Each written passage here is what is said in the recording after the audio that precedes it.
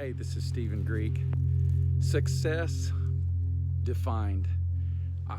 I think if we were to sit in a room with 10 people, definitely 100 people or more, and we passed out sheets of paper and we asked everyone to write down on a small little 3x5 card, write down in a couple of sentences what success looks like, I'd be willing to bet that we would get many different types of answers. In fact, I dare say that there would not necessarily be one answer that looks the same. Why is that? I think that we all have our own different definition of what success is. For some people, success is simply status. It's I worked my way up through this university, I got this degree, and then I entered at this job entry level, and I attained these things. I was promoted, and I moved up, and I earned this title, and that title may be attached to a certain level of income, sometimes a little bit and sometimes a lot. And so we go through the process of defining our success, maybe through our bank account or what we have, maybe what we drive that's in the garage, or possibly the square footage of our home, or the area in which we live, or maybe for us success is lived through our spouse if we're married, or through that significant other that we cherish. Maybe if we have someone like that, then we're successful. Or maybe those of us that have children, maybe if our child attains this and gets that badge or that trophy, then I'm successful.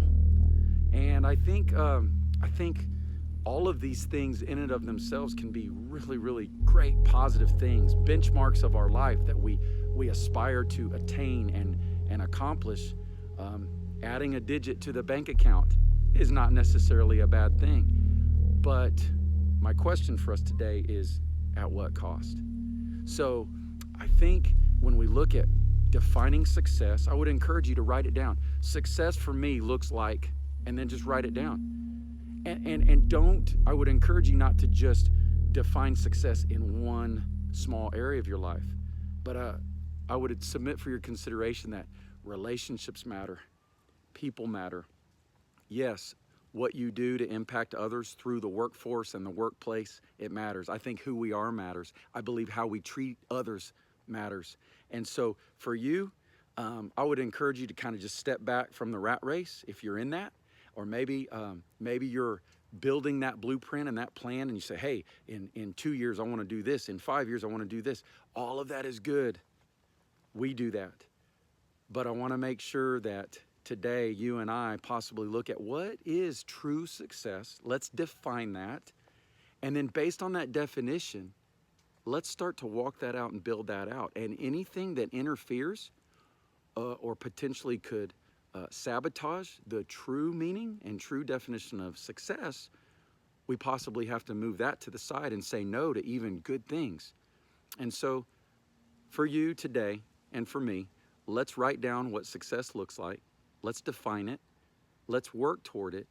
And let's have others in our life that can speak in such a way where maybe if we step out of bounds from time to time, they can nudge us back or maybe kick us back toward reaching our goals the right way, defining success in such a way that impacts others and makes a difference in this world.